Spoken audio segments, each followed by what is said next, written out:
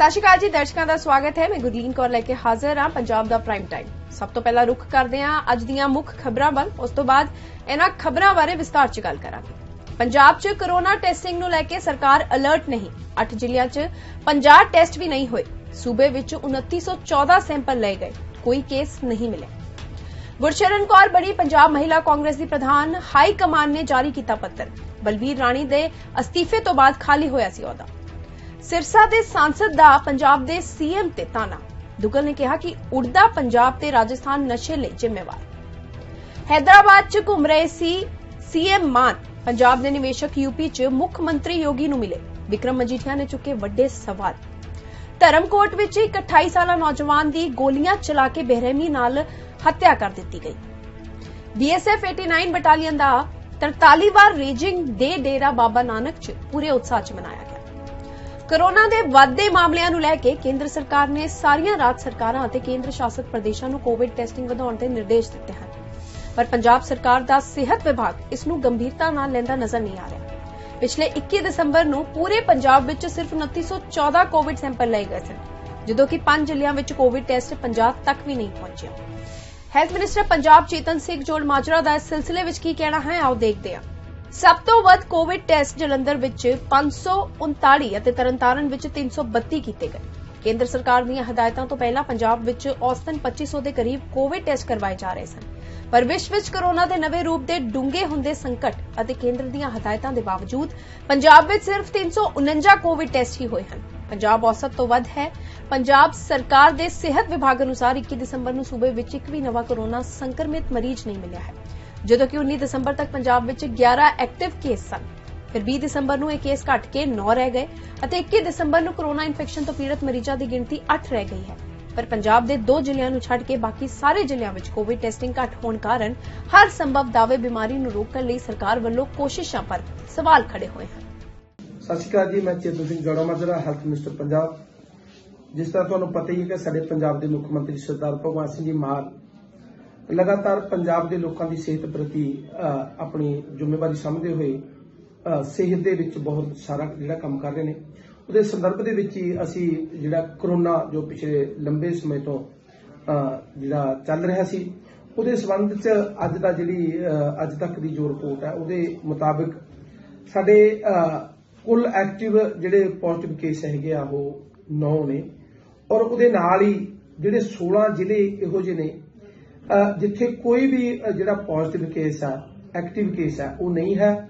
ਔਰ ਉਹਦੇ ਨਾਲ ਹੀ ਹੁਣ ਤੱਕ ਅਸੀਂ 2,10,77,118 ਸੈਂਪਲ ਲਏ ਗਏ ਨੇ, ਜਿਨ੍ਹਾਂ ਦੇ ਵਿੱਚੋਂ 7,85,375 ਪੋਜ਼ਿਟਿਵ ਪਾਏ ਗਏ ਹਨ।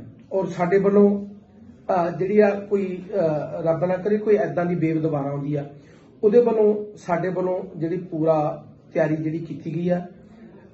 ਸਾਰੇ ਜ਼ਿਲ੍ਹਿਆਂ ਦੇ ਵਿੱਚ ਜਿਹੜੇ ਡੈਡੀਕੇਟਡ ਬਾਲ ਚਿਕਿਤਸਾ ਜਿਹੜੇ ਦੇਖਭਾਲ ਯੂਨਿਟ ਨੇ ਉਹਨਾਂ ਦੀ ਸਥਾਪਨਾ ਕੀਤੀ ਗਈ ਹੈ, ਔਰ 790 ਲੈਵਲ 2 ਔਰ ਪੈਡੀਐਟ੍ਰਿਕ ਆਕਸੀਜਨ ਸਮਰਪਿਤ ਬੈੱਡ ਅਤੇ 324 ICU ਬੈੱਡ ਨੇ ਜਿਹੜੇ ਉਹ ਜ਼ਿਲ੍ਹਾ ਅੰਮ੍ਰਿਤਸਰ ਵਿੱਚ ਇੱਕ ਪੈਡੀਐਟ੍ਰਿਕ ਸੈਂਟਰ ਆਫ ਐਕਸੀਲੈਂਸ ਦੀ ਸਥਾਪਨਾ ਕੀਤੀ ਗਈ, ਔਰ ਐਡੀਸ਼ਨਲ ਬਾਲਗ ਬੈੱਡਾਂ ਦੀ ਸਥਾਪਨਾ ਜਿਹੜੀ ਉਹ 3518 ਲੈਵਲ 2 ਬਾਲਗ ਬੈੱਡ ਅਤੇ 142 ਨੇ ਜਿਹੜੇ ICU ਬੈੱਡ ਨੇ ਉਹਨਾਂ ਦੀ ਜਿਹੜੀ ਸਥਾਪਨਾ ਜਿਹੜੀ ਕੀਤੀ ਗਈ ਆ। LMO ਲਿਕੁਇਡ ਮੈਡੀਕਲ ਆਕਸੀਜਨ ਨੇ ਜਿਹੜੇ ਉਹਨਾਂ ਦੇ ਪਲਾਂਟ ਜਿਹੜੇ ਸਥਾਪਿਤ ਕੀਤੇ ਗਏ ਨੇ, ਤਾਂ ਕਿ ਜੇ ਕੋਈ ਸਾਨੂੰ ਲੋੜ ਪੈਂਦੀ ਹੈ ਤਾਂ ਉਹ ਅਸੀਂ ਉੱਥੋਂ ਜਿਹੜਾ ਵਰਤ ਸਕੀਏ। ਸੋ ਸਾਡੇ ਵੱਲੋਂ ਜਿਹੜੀ ਕਰੋਨਾ ਦੇ ਲਈ ਲੜਨ ਵਾਸਤੇ ਸਾਡੇ ਪੰਜਾਬ ਦੇ ਮੁੱਖ ਮੰਤਰੀ ਸਰਦਾਰ ਭਗਵੰਤ ਸਿੰਘ ਜੀ ਮਾਨ ਵੱਲੋਂ ਹਰ ਇੱਕ ਤਿਆਰੀ ਦੀ ਜਿਹੜੀ ਆ ਉਹ ਕੀਤੀ ਗਈ ਹੈ। ਸੋ ਅਸੀਂ ਕੋਈ ਵੀ ਕਿਸੇ ਨੂੰ ਕੋਈ ਪਰੇਸ਼ਾਨੀ ਏਦਾਂ ਦੀ ਨਹੀਂ ਆਉਂਦਾ। ਧੰਨਵਾਦ। ਕਾਂਗਰਸ ਪ੍ਰਧਾਨ ਨੇ ਪੰਜਾਬ ਮਹਿਲਾ ਵਿੰਗ ਦੀ ਪ੍ਰਧਾਨ ਨਿਯੁਕਤ ਕੀਤਾ ਹੈ। ਗੁਰਸ਼ਰਨ ਕੌਰ ਰੰਧਾਵਾ ਨੇ ਚੇਅਰਪਰਸਨ ਨਿਯੁਕਤ ਕੀਤਾ ਗਿਆ ਹੈ। ਇਸ ਦੇ ਨਾਲ ਹੀ ਮਿਜ਼ੋਰਮ ਤੇ ਮਹਿਲਾ ਵਿੰਗ ਦੀ ਪ੍ਰਧਾਨ ਦੀ ਜ਼ਿੰਮੇਵਾਰੀ ਵਲੋਪਈ ਚਾਂਗਥੂ ਨੂੰ ਸੌਂਪੀ ਗਈ ਹੈ। श्री मुक्तसर साहिब विखे कांग्रेस ਵੱਲੋਂ ਅਮਰਿੰਦਰ ਸਿੰਘ ਰਾਜਾ ਵੜਿੰਗ ਪੀਪੀਸੀ ਪ੍ਰਧਾਨ ਦੀ ਅਗਵਾਈ ਹੇਠ ਭਾਰਤ ਜੋੜੋ ਯਾਤਰਾ ਦੇ ਸੰਬੰਧ 'ਚ ਜ਼ਿਲ੍ਹਾ ਕਾਂਗਰਸ ਇਕਾਈ ਨਾਲ ਵਿਸ਼ਾਲ ਰੈਲੀ ਕੀਤੀ ਗਈ। ਇਸ ਵਿੱਚ ਆਉਣ ਵਾਲੇ ਦਿਨਾਂ ਵਿੱਚ ਭਾਰਤ ਜੋੜੋ ਯਾਤਰਾ ਲੈ ਕੇ ਚੱਲ ਰਹੇ ਕਾਂਗਰਸ ਪਾਰਟੀ ਦੇ ਵੱਡੇ ਨੇਤਾ ਰਾਹੁਲ ਗਾਂਧੀ ਜੋ ਪੰਜਾਬ ਪਹੁੰਚ ਰਹੇ ਹਨ ਉਹਨਾਂ ਦੇ ਸਵਾਗਤ ਲਈ ਵੱਡਾ ਇਕੱਠ ਕਰਨ ਲਈ ਕਾਂਗਰਸ ਦੇ ਇੱਕ ਵਰਕਰਾਂ ਨੂੰ ਲਾਮਬੰਦ ਕੀਤਾ ਅਤੇ ਜ਼ਿਲ੍ਹਾ ਸ਼੍ਰੀ ਮੁਕਤਸਰ ਸਾਹਿਬ ਕਾਂਗਰਸ ਦੇ ਜ਼ਿਲ੍ਹਾ ਪ੍ਰਧਾਨ ਅਤੇ ਮੀਤ ਪ੍ਰਧਾਨ ਦੀ ਤਾਜ਼ਪੋਸ਼ੀ ਵੀ ਕੀਤੀ ਗਈ। ਪਟਿਆਲਾ ਭਾਸ਼ਣ ਦੇ ਵਿਰੋਧ ਹੋਣ ਤੋਂ ਬਾਅਦ ਪੰਜਾਬ ਕਾਂਗਰਸ ਦੇ ਪ੍ਰਧਾਨ ਅਮਰਿੰਦਰ ਸਿੰਘ ਰਾਜਾ ਵੜਿੰਗ ਜੀਰੇ ਵਿੱਚ ਚੱਲ ਰਹੇ ਧਰਨੇ ਸਫਾਈ ਦਿੰਦੇ ਨਜ਼ਰ ਆਏ। ਇਸ ਦੇ ਨਾਲ ਹੀ ਕੁਲਬੀਰ ਸਿੰਘ ਜੀਰਾ ਨੇ ਜ਼ਿਲ੍ਹਾ ਪ੍ਰਧਾਨ ਦਾ ਅਹੁਦਾ ਸੰਭਾਲਦਿਆਂ ਹੀ ਪ੍ਰਸ਼ਾਸਨਿਕ ਅਧਿਕਾਰੀਆਂ ਨੂੰ ਆਪਣੇ ਕਾਂਗਰਸੀ ਸਰਪੰਚਾਂ ਅਤੇ ਵਰਕਰਾਂ ਨੂੰ ਤੰਗ ਪਰੇਸ਼ਾਨ ਕਰਨ ਵਿਰੁੱਧ ਚੇਤਾਵਨੀ ਦਿੰਦਿਆਂ ਕਿਹਾ ਕਿ ਜੇਕਰ ਉਹਨਾਂ ਦੇ ਵਰਕਰਾਂ ਨੂੰ ਤੰਗ ਪਰੇਸ਼ਾਨ ਕੀਤਾ ਗਿਆ ਤਾਂ ਅਧਿਕਾਰੀਆਂ ਨੂੰ ਘਰੋਂ ਬਾਹਰ ਜਾਣ ਤੋਂ ਰੋਕਣਗੇ। सर एक पटियाला ਦਾ ਜਿਹੜਾ ਤੁਸੀਂ ਕਿਹਾ ਠੋਕਣੀ ਨਹੀਂ ਤਾਲੀ ਵਜਾਣੀ ਹੈ ਉਸ ਤੇ ਬੜਾ ਕਿੰਤੂ ਪਰੰਤੂ ਹੋ ਰਿਹਾ ਹੈ। ਸੋ ਮੇਰੀ ਬੇਨਤੀ ਹੈ ਮੈਂ ਨਾ ਕਿੰਤੂ ਪਰੰਤੂ ਇਹ ਸਾਰਾ ਕੁਝ ਮੀਡੀਆ ਦੇ ਜਿਹੜੇ ਸਾਥੀ ਤੇ ਆਗੂ ਸਹਿਬਾਨ ਨੇ ਮੈਂ ਤੁਹਾਨੂੰ ਦੇਖ ਰਿਹਾ ਸੀ ਉੱਥੋਂ ਬੜੇ ਉਤਾਵਲੇ ਸੋ ਤੁਸੀਂ ਕਿ ਜਲਦੀ ਬਾਈਟ ਦਿਓ ਜਲਦੀ ਦਿਓ ਪਰ ਮੈਨੂੰ ਲੱਗਦਾ ਤੁਹਾਨੂੰ ਦੱਸਿਆ ਹੀ ਇਸ ਕਰਕੇ ਕਿਹਾ ਵੀ ਆਪਾਂ ਚਲਾਉਣਾ ਹੀ ਹੈ। ਸਾਡੀ ਪਾਰਟੀ ਦੇ ਵਿੱਚ ਬੜਾ ਹਰ ਵਿਅਕਤੀ ਦਾ ਪਿਆਰ ਹੈ। ਕਈ ਵਾਰੀ ਬੰਦਾ ਸਹਿ ਸੁਭਾਅ ਦੀ ਗੱਲ ਰੱਖਦਾ ਆਪਦੀ ਗੱਲ ਕਰਦਾ ਮੰਚ ਤੇ ਉਹਨੂੰ ਮੀਡੀਆ ਦੇ ਸਾਥੀ ਕੁਝ ਸੱਜਣ ਉਹਨੂੰ ਮਸਾਲਾ ਲਾ ਕੇ ਲੋਕਾਂ 'ਚ ਪੇਸ਼ ਕਰ ਦਿੰਦੇ। ਮੇਰੇ ਵਾਸਤੇ ਕਾਂਗਰਸ ਪਾਰਟੀ ਦੇ ਸਮੁੱਚੀ ਲੀਡਰਸ਼ਿਪ ਸਾਰੇ ਪੁਰਾਣੇ ਵੱਡੇ ਛੋਟੇ ਬਲਾਕ ਤੋਂ ਲੈ ਕੇ ਬੜੇ ਸਤਿਕਾਰਯੋਗ ਹੈ। ਮੈਂ ਕਿਸੇ ਦੇ ਪ੍ਰਤੀ ਔਰ ਕਿਸੇ ਦੇ ਵਾਸਤੇ ਕੋਈ ਗੱਲ ਨਹੀਂ ਕਰਦਾ। ਸਰ ਇੱਕ ਅਫਸਰਾਂ ਨੂੰ ਅੱਜ ਜ਼ਿਲ੍ਹਾ ਪ੍ਰਧਾਨ ਬਣਦੇ ਹੀ ਅਫਸਰਾਂ ਨੂੰ ਸਿੱਧਾ ਚੁਣੌਤੀ ਦਿੱਤੀ ਹੈ ਵੀ ਕਿਸੇ ਵੱਲ ਵੀ ਜੇ ਕੋਈ ਤੁਸੀਂ ਪੜਿਆ ਤਾਂ ਅਫਸਰਾਂ ਨੂੰ ਕੋਈ ਚੁਣੌਤੀ ਨਹੀਂ ਹੈ। ਸਾਡੀ ਬੇਨਤੀ ਹੈ ਨਾ ਕੋਈ ਚੁਣੌਤੀ ਦਿੱਤੀ ਹੈ। ਫਿਰ ਮੈਂ ਤੁਹਾਨੂੰ ਵਾਰੀ ਕਹਾਂਗਾ ਹਰ ਵਕਤ ਖਬਰ ਗੱਲ ਬਣਦੀ ਨਹੀਂ ਜੇ ਕੋਈ ਮਸਾਲਾ ਨਾ ਪਾਇਆ ਜਾਵੇ। ਅਸੀਂ ਬੇਨਤੀ ਕਰਦੇ ਹਾਂ ਕਿ तमाम ਅਫਸਰ ਸਾਹਿਬਾਨ ਤੁਸੀਂ ਪਹਿਲਾਂ ਕਾਂਗਰਸ ਦੇ ਅਫਸਰ ਸਾਹਿਬਾਨ ਸੀ ਹੁਣ ਇਹ ਗਵਰਨਮੈਂਟ ਦੇ ਨਾਲ ਹੁੰਦੇ ਹੋ ਤੁਸੀਂ ਸਲੀਕੇ ਨਾਲ ਤੇ ਤਰੀਕੇ ਨਾਲ ਸਾਡੇ ਸਰਪੰਚ ਤੇ ਚੁਣੇ ਹੋਏ ਲੋਕਾਂ ਨਾਲ ਪੇਸ਼ ਆਓ ਤੇ ਉਹਨਾਂ ਦੇ ਕੰਮਕਾਜ ਕਰੋ। ਨੈਚੁਰਲੀ ਹੈ ਜੇ ਤੁਸੀਂ ਕੰਮਕਾਜ ਨਾ ਕਰੋਗੇ ਤਾਂ ਫਿਰ ਸਾਨੂੰ ਸੜਕਾਂ ਤੇ ਆ ਕੇ ਉਹਦੀ ਲੜਾਈ ਤਾਂ ਲੜਨੀ ਪਏਗੀ। ਕਿਸਾਨ ਬੈਠੇ ਹੀ ਸ਼ਰਾਬ ਫੈਕਟਰੀ ਦੇ ਕੀ ਕਾਂਗਰਸ ਦਾ ਸਟੈਂਡ ਹੈ? ਸ਼ਰਾਬ ਫੈਕਟਰੀ ਦੇ ਦੇਖੋ ਜਿੱਥੋਂ ਤੱਕ ਤਾਂ ਕਾਨੂੰਨ ਦੀ ਗੱਲ ਹੈ ਮੈਂ ਹਮੇਸ਼ਾ ਕਿ ਮੈਂ ਇਸ ਕਿਉਂਕਿ ਮੈਂ ਸੂਬੇ ਦਾ ਪ੍ਰਧਾਨ ਹੈ ਕਾਨੂੰਨ ਦੀ ਗੱਲ ਕਰਾਂ ਤਾਂ ਅਗਰ ਕੋਈ ਮਾਨਯੋਗ ਅਦਾਲਤ ਦੇ ਹੁਕਮ ਹੈ ਬਿਲਕੁਲ ਉਹਨਾਂ ਦੀ ਤਾਮੀਲ ਕਰਨਾ ਸਾਡਾ ਵੀ ਫਰਜ਼ ਹੈ ਆਮ ਲੋਕਾਂ ਦਾ ਵੀ ਫਰਜ਼ ਹੈ ਤੇ ਸਰਕਾਰਾਂ ਦਾ ਵੀ ਕੰਮ ਹੈ। ਪਰ ਜਿੱਥੋਂ ਤੱਕ ਜੋ ਕਿਸਾਨਾਂ ਤੇ ਅਤਿਆਚਾਰ ਹੋਇਆ ਉਹਨਾਂ ਨਾਲ ਬੈਠ ਕੇ ਤਾਲਮੇਲ ਕੀਤਾ ਜਾ ਸਕਦਾ ਸੀ ਕਿਉਂਕਿ ਸਰਵਉੱਚ ਅਦਾਲਤ ਤੋਂ ਤਾਂ ਉੱਚਾ ਕੋਈ ਨਹੀਂ ਕੋਈ ਹੁਕਮ ਹੈ ਉਹਨਾਂ ਨਾਲ ਬੈਠਦੇ ਗੱਲ ਕਰਦੇ ਇੱਕ ਵਾਰੀ ਮੰਤਰੀ ਆਉਂਦਾ 2 ਵਾਰੀ ਆਉਂਦਾ 4 ਵਾਰੀ ਆਉਂਦਾ 6 ਵਾਰੀ ਆਉਂਦਾ ਪਹਿਲਾਂ ਤਾਂ 4 ਮਹੀਨਿਆਂ ਦੇ ਉਹ ਬੈਠੇ ਆ ਉਦੋਂ ਹੀ ਸਰਕਾਰ ਨੂੰ ਕੋਈ ਨਾ ਕੋਈ ਉਪਰਾਲਾ ਕਰਨਾ ਚਾਹੀਦਾ ਸੀ। ਇੱਕ ਭਾਈਚਾਰਕ ਸਾਂਝ ਦੇ ਰਾਹੀਂ ਉਹਨਾਂ ਦੀ ਤਕਲੀਫ ਨੂੰ ਦੂਰ ਕਰਨਾ ਚਾਹੀਦਾ ਸੀ। ਉੱਥੇ ਤੁਸੀਂ ਲਾਠੀ ਚਾਰਜ ਕੁੱਟ ਮਾਰ ਫਿਰ ਲੋਕਾਂ ਦੇ ਪਰਚੇ ਫਿਰ ਉਹਨਾਂ ਨੂੰ ਅਰੈਸਟ ਕੀਤਾ ਉਹਨਾਂ ਨੂੰ ਇਹ ਡਰਾਉਣ ਨਹੀਂ ਕਿਉਂ ਲੋਕਾਂ ਨੂੰ ਸਾਰੀ ਚੀਜ਼ ਇਹ ਪਿਆਰ ਨਾਲ ਹੱਲ ਹੋ ਸਕਦੀ ਸੀ। ਮੈਂ ਨਹੀਂ ਕਹਿੰਦਾ ਕਾਨੂੰਨ ਦਾ ਪਾਲਣ ਨਾ ਕਰੋ ਲੇਕਿਨ ਇਹ ਸਾਰੀ ਚੀਜ਼ ਪਿਆਰ ਨਾਲ ਹੱਲ ਹੋ ਸਕਦੀ ਸੀ ਜਿਹਨੂੰ ਇਹ ਬੇਵਿਵਾਦ ਐਡਾ ਵੱਡਾ ਵਿਵਾਦ ਬਣਾ ਦਿੱਤਾ। ਇਸ ਵਕਤ ਮੈਂ ਅੰਦੋਲਨਕਾਰੀਆਂ ਦੇ ਨਾਲ ਹਾਂ। ਅੰਦੋਲਨ ਕਰਨਾ ਹਰ ਵਿਅਕਤੀ ਦਾ ਫਰਜ਼ ਬਣਦਾ ਹੈ ਹਰ ਵਿਅਕਤੀ ਦਾ ਡੈਮੋਕ੍ਰੇਸੀ ਹੱਕ ਹੈ ਲੇਕਿਨ ਅਸੀਂ ਕਾਨੂੰਨ ਦੀ ਵੀ ਸਹਾਰਾ ਲਈਏ। ਮੈਂ ਅੰਦੋਲਨਕਾਰੀ ਭਰਾਵਾਂ ਨੂੰ ਇਹ ਕਹੂੰਗਾ ਟੈਕਨੀਕਲੀ ਜਿੱਥੇ ਅਸੀਂ ਵੀਕ ਹਾਂ ਸਾਨੂੰ ਆਪਦੀ ਅਦਾਲਤ ਦੇ ਵਿੱਚ 4-5 ਵਕੀਲ ਚੰਗੇ ਖੜੇ ਕਰਕੇ ਇਹ ਲੜਾਈ ਲੜਨੀ ਚਾਹੀਦੀ ਹੈ ਤਾਂ ਜੋ ਇੱਕ ਤਰਫਾ ਜਿਹੜਾ ਫੈਸਲਾ ਮਾਨਯੋਗ ਅਦਾਲਤ ਫੈਕਟਰੀ ਵਾਲਿਆਂ ਦੇ ਹੱਕ ਦੇ ਵਿੱਚ ਨਾ ਕਰਨ। ਸੋ ਇਹ ਇਸ ਤਰ੍ਹਾਂ ਮਾਹੌਲ ਬਣਾਉਣਾ ਚਾਹੀਦਾ ਸੀ। ਸੋ ਇਹ ਬਹੁਤ ਮਾੜਾ ਹੋਇਆ ਬੜੀ ਮੰਦਭਾਗੀ ਘਟਨਾ ਹੈ। ਸੋ ਮੈਨੂੰ ਇਸ ਗੱਲ ਦਾ ਬੜਾ ਅਫਸੋਸ ਹੈ। ਹਰਿਆਣਾ ਦੀ ਸਿਰਸਾ ਤੋਂ ਸੰਸਦ ਮੈਂਬਰ ਸੁਨੀਤਾ ਦੁੱਗਲ ਨੇ ਆਪਣੇ ਸੰਸਦੀ ਹਲਕੇ ਵਿੱਚ ਨਸ਼ਿਆਂ ਲਈ ਪੰਜਾਬ ਅਤੇ ਰਾਜਸਥਾਨ ਦੀਆਂ ਕਾਂਗਰਸ ਅਤੇ ਆਪ ਸਰਕਾਰਾਂ ਨੂੰ ਜ਼ਿੰਮੇਵਾਰ ਠਹਿਰਾਇਆ ਹੈ। ਇਨਾ ਹੀ ਨਹੀਂ ਪੰਜਾਬ ਦੇ ਸੀਐਮ ਭਗਵੰਤ ਮਾਨ ਦਾ ਨਾਂ ਲਏ ਬਿਨਾਂ ਸੰਸਦ ਮੈਂਬਰ ਨੇ ਨਸ਼ਿਆਂ ਨਾਲ ਕੋਈ ਲੈਣਾ ਦੇਣਾ ਦਾ ਹੋਣ ਤੇ ਵੀ ਟਿੱਪਣੀ ਕੀਤੀ ਅਤੇ ਪੰਜਾਬ ਨੂੰ ਉੜਤਾ ਪੰਜਾਬ ਕਿਹਾ। ਇਸ ਤੇ ਲੋਕ ਸਭਾ ਸਪੀਕਰ ਨੇ ਸੰਸਦ ਮੈਂਬਰ ਨੂੰ ਕਿਸੇ ਹੋਰ ਸੂਬੇ ਤੇ ਟਿੱਪਣੀ ਕਰਨ ਤੇ ਰੋਕਿਆ। ਤੁਹਾਨੂੰ ਦੱਸਦੇ ਹਾਂ ਕਿ ਵਿਰੋਧੀਆਂ ਨੇ ਪੰਜਾਬ ਦੇ ਮੁੱਖ ਮੰਤਰੀ ਤੇ ਕਈ ਵਾਰ ਸ਼ਰਾਬ ਪੀਣ ਦੇ ਦੋਸ਼ ਵੀ ਲਗਾਏ ਹਨ। ਸੰਸਦ ਮੈਂਬਰ ਨੇ ਕਿਹਾ ਕਿ ਮੇਰੀ ਲੋਕ ਸਭਾ ਦੇ 3 ਜ਼ਿਲ੍ਹਿਆਂ ਨਸ਼ਿਆਂ ਤੋਂ ਪ੍ਰਭਾਵਿਤ ਹਨ। ਸਾਡੀ ਸਰਕਾਰ ਨੇ ਕਈ ਪ੍ਰੋਗਰਾਮ ਚਲਾਏ ਹਨ। ਹਰਿਆਣਾ ਵਿੱਚ ਧਾਕੜ ਅਤੇ ਸਵੱਛ ਪ੍ਰੋਗਰਾਮ ਚਲਾਏ ਜਾ ਰਹੇ ਹਨ ਅਤੇ ਸਾਡੇ ਸਿਰਸਾ ਦੇ ਐਸਪੀ ਬਹੁਤ ਵਧੀਆ ਕੰਮ ਕਰ ਰਹੇ ਹਨ। ਸੰਸਦ ਮੈਂਬਰ ਨੇ ਕਿਹਾ ਕਿ ਪੰਜਾਬ ਦੀ ਧਰਤੀ ਊਰਜਾਵਾਨ ਨੌਜਵਾਨਾਂ ਦੀ ਧਰਤੀ ਹੈ। ਅੱਜ ਪੰਜਾਬ ਦੀ ਧਰਤੀ ਦੀ ਹਾਲਤ ਹਰ ਕੋਈ ਉੜਤਾ ਪੰਜਾਬ ਦੀ ਚਰਚਾ ਕਰਦਾ ਹੈ। ਫਿਰ ਲੋਕ ਸਭਾ ਸਪੀਕਰ ਨੇ ਸੰਸਦ ਮੈਂਬਰ ਨੂੰ ਦੂਜੇ ਰਾਜਾਂ ਬਾਰੇ ਟਿੱਪਣੀ ਨਾ ਕਰਨ ਲਈ ਟੋਕਿਆ। जी अध्यक्ष जी, मेरी आपसे विनती है कि मेरा राजनीति के अंदर आने का ये बहुत बड़ा एक ये भी मकसद था। मेरे को आप चाहे आखिरी में समय दें, लेकिन मुझे इसमें समय चाहिएगा। 2 मिनट से ज्यादा नहीं, अब तो ये मकसद इतना था कि सुनिए अध्यक्ष जी, देखिए मैंने 2014 में रतिया से चुनाव लड़ा, माननीय गृह मंत्री जी भी वहां पर गए थे। आप 2 मिनट खर्च और मत करो सुनिए, अपना। वहां पर मुझे महिलाएं जो हैं वो अलग ले जाकर ये कहती थी कि बेटा साडे बच्चियां नू बचा ले। तो अध्यक्ष जी मैं चाहती हूँ कि मुझे थोड़ा सा टाइम इसमें दिया जाए। तो मैं ये कहना चाह रही थी तो अध्यक्ष जी मैं चाहती हूँ कि मुझे थोड़ा सा टाइम इसमें दिया जाए। तो मैं ये कहना चाह रही थी कि ये ड्रग अब्यूज और सरकार द्वारा उस पर उठाए गए कदमों पर ये परिचर्चा है, लेकिन मैं देख रही हूँ कि सबके सब ड्रग्स के ऊपर चर्चा कर रहे हैं पूरा सब, लेकिन सरकार के द्वारा क्या कदम उठाए गए इसके बारे में कोई चर्चा किसी ने नहीं की है। तो मैं आपके माध्यम से ये कहना चाहती हूँ कि ये इसके बारे में भी सबने कहा है कि जो गोल्डन क्रिसेंट के बारे में मैं ज्यादा नहीं बोलना चाहती कि अब पाकिस्तान, अफगानिस्तान, ईरान, वहां से ये सब कुछ आता है। और 2019 के अंदर एम्स में जो रिपोर्ट आई आदरणीय अध्यक्ष जी, उसके अंदर पंजाब, असम, दिल्ली, हरियाणा, मणिपुर, मिजोरम, सिक्किम और उत्तर प्रदेश इनको चिन्हित किया गया जहां पर ये जो मैग्नीट्यूड ऑफ सब्सटेंस यूज है वो सबसे ज्यादा था।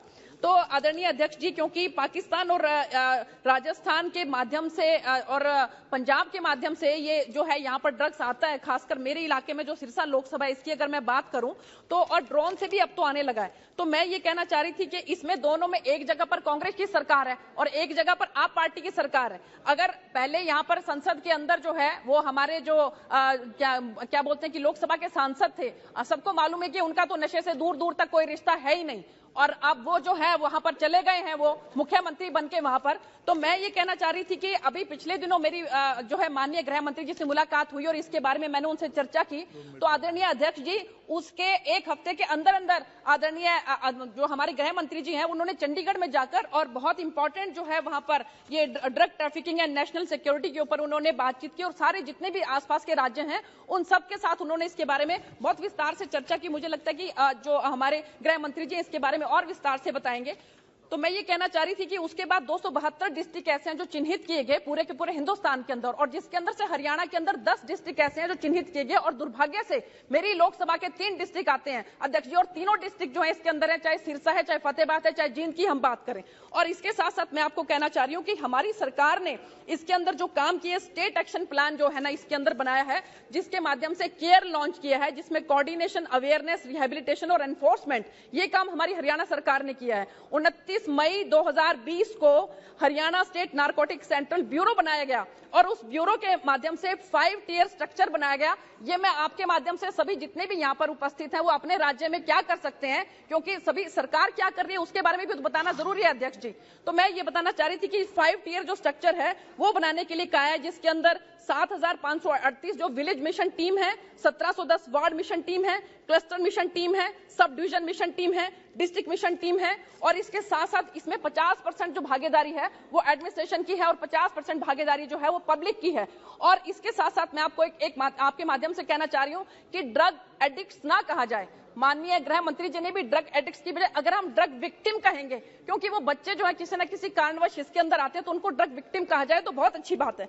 और मैं आपके माध्यम से और कहना चाह रही थी कि वो टीम जो है वो पूरा इसके बारे में पूरा जांच पड़ताल करेगी, और एक धाकड़ प्रोग्राम, क्योंकि देखिए हरियाणा है और धाकड़ है, आपको मालूम ही है भी किस तरह से वहां पर चाहे हम पहलवानी की बात करें, कुश्ती की बात करें, हर चीज में जो है अव्वल रहते हैं। तो धाकड़ एक प्रोग्राम रखा गया है जिसके अंदर एक क्लास के अंदर 5 बच्चे जो हैं उनको चिन्हित किया जाएगा। वो बच्चे जो भी ड्रग एडिक्ट मिलेंगे, जो भी ड्रग विक्टिम्स मिलेंगे, उनको चिन्हित करेंगे, और जो बच्चा इसमें सबसे अग्रणी रहेगा उसको सीनियर धाकड़ बोला जाएगा, और वो अपने हेडमास्टर को या प्रिंसिपल को ये बात जब बताएगा तो उसको जो है नोडल धाकड़ बोला जाएगा। इसके माध्यम से ऐसे बच्चों को हम निकाल सकते हैं। अब इस सिरसा के अंदर अगर मैं बात करूं कि वो अभी उसमें मैंने खुद एक लॉन्च किया जो है प्रोग्राम क्लीन के माध्यम से cutting the supply of illicit drug, law enforcement, empathetic rehabilitation of drug victims, awareness generation, new ideas for all stakeholders for drug free Sirsa.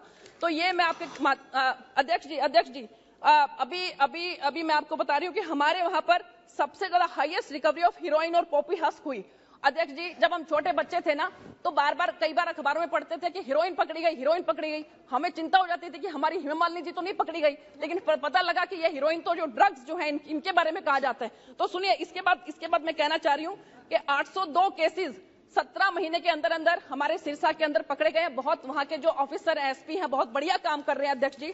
मैं इसके साथ साथ ये कहना चाह रही हूँ कि जो पंजाब की धरती है, पंजाब की धरती जो है वो ऊर्जावान युवाओं की धरती है। आज जो पंजाब की धरती का हाल के बारे में सबने चर्चा की। आज जो वहां के मुख्यमंत्री प्रदेश के बारे में टिप्पणी मत कीजिए गौरव गोगोई जी। अध्यक्ष जी एक मिनट के लिए आखिरी बात अपनी खत्म करने के लिए पहले देखिए कि मैं ये कहना चाह रही हूँ कि जिस तरह से हमारे हरियाणा सरकार काम कर रही है, अगर ऐसे ही पंजाब सरकार भी काम करे, जो काम माननीय प्रधानमंत्री श्री नरेंद्र मोदी जी, उनको काम का नशा है, उनको मां भगवती का और शिव का नशा है। पंजाब के मुख्यमंत्री हैदराबाद दौरे ते हन, पर उन्हां दे पिछे उत्तर प्रदेश के मुख्यमंत्री योगी आदित्यनाथ पंजाब के निवेशकों और उद्योगपतियों को मिल रहे हैं, जिस नूं लैके साबका मंत्री और अकाली दल के सीनियर आगू बिक्रम मजीठिया ने अपने ट्विटर ते व्यंग किया है। इस दे नाल ही सीएम मान नूं पंजाब वल ध्यान देण लई भी कहा गया है। मुख्यमंत्री योगी नाल निवेशकों की तस्वीर सांझी करदिआं मजीठिया ने कहा कि मुख्यमंत्री भगवंत मान पंजाब के माड़े हालातां दा सच्चा प्रमाण हैं। जदों तुसीं निवेश लई घुमदे फिरदे हो तां तुहाडे अपने उद्योगपति पंजाब तो भज रहे हैं, क्योंकि तुसीं उन्हां नाल कीते वादे पूरे नहीं कीते। पंजाब के सनअतकार अगवा और फिरौती तो तंग आ चुके हैं और तुहाडी सरकार तो विश्वास गुआ चुके हैं।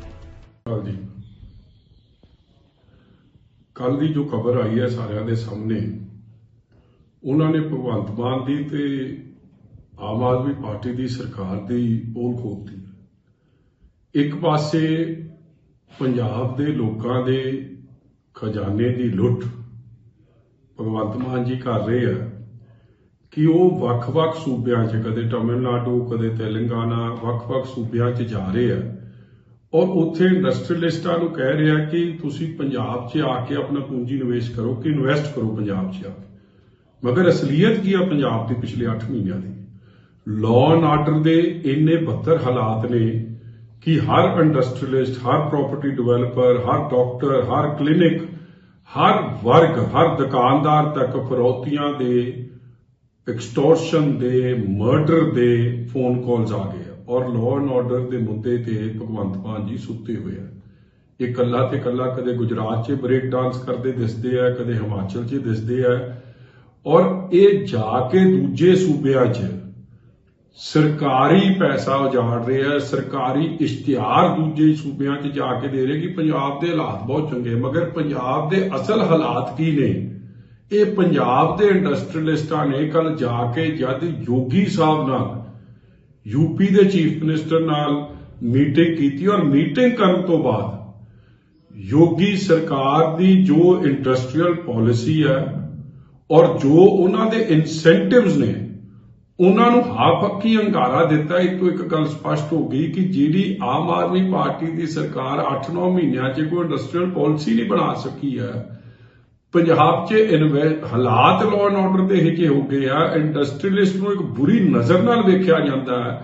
इन्हों कोई सोसाइटी दे लई पॉजिटिव रवैये नाल नहीं सरकार वेख रही, माड़ी निगाह नाल उन्होंने वेख रही है और यही रिजल्ट है कि पंजाब के जिहड़े इंडस्ट्रीलिस्ट ने उन्होंने पंजाब की सरकार ते इस किस्म की बेविश्वासी हो गई है कि वो समझते हैं they are safer and better investing the money outside Punjab and this is the true picture. इसे करके पंजाब के इंडस्ट्रीलिस्टां ने इन्वेस्टमेंट पक्षों रिजेक्ट करता है। They are looking for other avenues.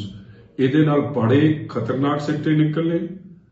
अगे पंजाब च नौकरी नहीं, मुख्यमंत्री साहब तां कहिंदे सी मैं गोरे लियाऊं, गोरे छड्डो, तुसीं अपणिआं नूं नौकरी दे दिओ, बड़ी प्राप्ति होगी। ते जे इंडस्ट्री चली गई तो नौकरी नहीं मिलनी, थोड़ा रेवन्यू डिग जाना। रेवन्यू डिग गया, थोड़े तो कोई स्कीम नहीं चलनी, थोड़े खर्चे नहीं निकलने, क्योंकि ये टैक्स पेयर्स ने, ये वो लोग ने जिहड़े नौकरी भी दिंदे इंडस्ट्रीलिस्ट साडे ते टैक्स भी दिंदे आ। और जिवें थोड़ी BMW की पोल खोली कि BMW आ रही सी, BMW वालियां ने करता कि नहीं, एक तुसीं होर प्लांट इनोगरेट किया है, मैनूं लगदा उहदा नाम वर्बो है, उन्होंने थोड़ी पोल खोल दी कि प्लांट तां चलदे नूं पहलां तो 2 साल का चलिया, कैप्टन साहब की सरकार वेले दा चल पिया। जो तुसीं जाके दूजे सूबे च कह रहे हो, इत्थे रह के कहने हो भगवंत मान जी कि पंजाब के हालात कोई नहीं, ते जदों जाने हो जर्मनी या जदों जाने हो तमिलनाडु, तेलंगाना, उदों फिर जिहड़े बादल साहब की सरकार वेले एयरपोर्ट बने, रोड इंफ्रास्ट्रक्चर बनया, मजबूरन तुहानूं ओदी फिर जाके असलीयत दसदे हो, सिफ्ट करनी पैंदी है ਕਿਉਂਕਿ 9 ਮਹੀਨਿਆਂ 'ਚ ਤੁਸੀਂ ਕੁਝ ਨਹੀਂ ਕੀਤਾ। Get your act together, don't try and cheat people of Punjab. ਜਦ ਪੰਜਾਬ ਦੇ ਲੋਕਾਂ ਨਾਲ ਚੀਟ ਕਰ ਰਹੇ ਹੋ, ਤੁਸੀਂ ਆਪਣੇ ਆਪ ਨੂੰ ਚੀਟ ਕਰ ਰਹੇ ਹੋ, ਧਰੋ ਕਮਾ ਰਹੇ ਹੋ। ਸੋ ਮੈਂ ਆਸ ਕਰੂੰਗਾ, ਉਮੀਦ ਕਰੂੰਗਾ ਕਿ ਪੰਜਾਬ ਦੇ ਹਾਲਾਤ ਠੀਕ ਕਰੋਗੇ, ਪੰਜਾਬ ਲਈ ਇੰਡਸਟਰੀਅਲ ਪਾਲਿਸੀ ਲਾਓਗੇ so that industry stage in Punjab and doesn't run. Thank you. Moga ਦੇ ਕਸਬਾ ਧਰਮਕੋਟ ਵਿੱਚ ਇੱਕ ਵੱਡੀ ਘਟਨਾ ਵਾਪਰਨ ਦਾ ਸਮਾਚਾਰ ਪ੍ਰਾਪਤ ਹੋਇਆ ਹੈ। ਇੱਥੇ ਧਰਮਕੋਟ ਵਿੱਚ ਇੱਕ 28 ਸਾਲਾ ਨੌਜਵਾਨ ਦਾ ਗੋਲੀਆਂ ਚਲਾ ਕੇ ਬੇਰਹਿਮੀ ਨਾਲ ਕਤਲ ਕਰ ਦਿੱਤਾ ਗਿਆ ਹੈ। ਪ੍ਰਾਪਤ ਜਾਣਕਾਰੀ ਅਨੁਸਾਰ ਬੀਤੀ ਰਾਤ ਬੱਸ ਸਟੈਂਡ ਧਰਮਕੋਟ ਵਿਖੇ ਸ਼ੁਭਿੰਦਰ ਸਿੰਘ ਪੁੱਤਰ ਬਲਵੰਤ ਸਿੰਘ ਸਮੇਤ 5 ਦੇ ਕਰੀਬ ਵਿਅਕਤੀਆਂ ਨੇ ਹਰਪ੍ਰੀਤ ਸਿੰਘ ਪੁੱਤਰ ਸ਼ੁਬੇਗ ਸਿੰਘ ਅਤੇ ਅਰਸ਼ਦੀਪ ਸਿੰਘ ਪੁੱਤਰ ਜੁਗਰਾਜ ਸਿੰਘ ਨੂੰ ਗੋਲੀ ਮਾਰ ਦਿੱਤੀ। ਇਸ ਘਟਨਾ ਵਿੱਚ ਹਰਪ੍ਰੀਤ ਸਿੰਘ ਦੀ ਮੌਕੇ ਤੇ ਹੀ ਮੌਤ ਹੋ ਗਈ, ਜਦੋਂ ਕਿ ਅਰਸ਼ਦੀਪ ਗੰਭੀਰ ਜ਼ਖਮੀ ਹੋ ਗਿਆ। ਦੱਸਿਆ ਜਾ ਰਿਹਾ ਹੈ ਕਿ ਇਹ ਘਟਨਾ ਪੁਰਾਣੀ ਰੰਜਿਸ਼ ਕਾਰਨ ਵਾਪਰੀ ਹੈ। ਦੱਸਿਆ ਜਾ ਰਿਹਾ ਹੈ ਕਿ ਉਹਨਾਂ ਦਾ ਪੈਸਿਆਂ ਦੇ ਲੈਣ ਦੇਣ ਨੂੰ ਲੈ ਕੇ ਝਗੜਾ ਹੋਇਆ ਸੀ। ਪੁਲਿਸ ਨੇ ਮੌਕੇ ਤੇ ਪਹੁੰਚ ਕੇ ਲਾਸ਼ ਨੂੰ ਕਬਜ਼ੇ 'ਚ ਲੈ ਕੇ ਅਗਲੇਰੀ ਕਾਰਵਾਈ ਸ਼ੁਰੂ ਕਰ ਦਿੱਤੀ ਹੈ। ਇਹ ਹਰਪ੍ਰੀਤ ਲੜਕਾ ਸੀਗਾ ਤੇ ਇੱਕ ਅਰਸ਼, ਇਹਨਾਂ ਦਾ ਕਬੂਤਰਾਂ ਦਾ ਕੰਮ ਕਰਦਾ ਸੀ। ਇਹਨਾਂ ਦਾ ਆਸ ਵਿੱਚ ਕੋਈ ਪੈਸਿਆਂ ਦਾ ਲੈਣ ਦੇਣ ਦਾ ਸੀਗਾ ਮਾਮਲਾ।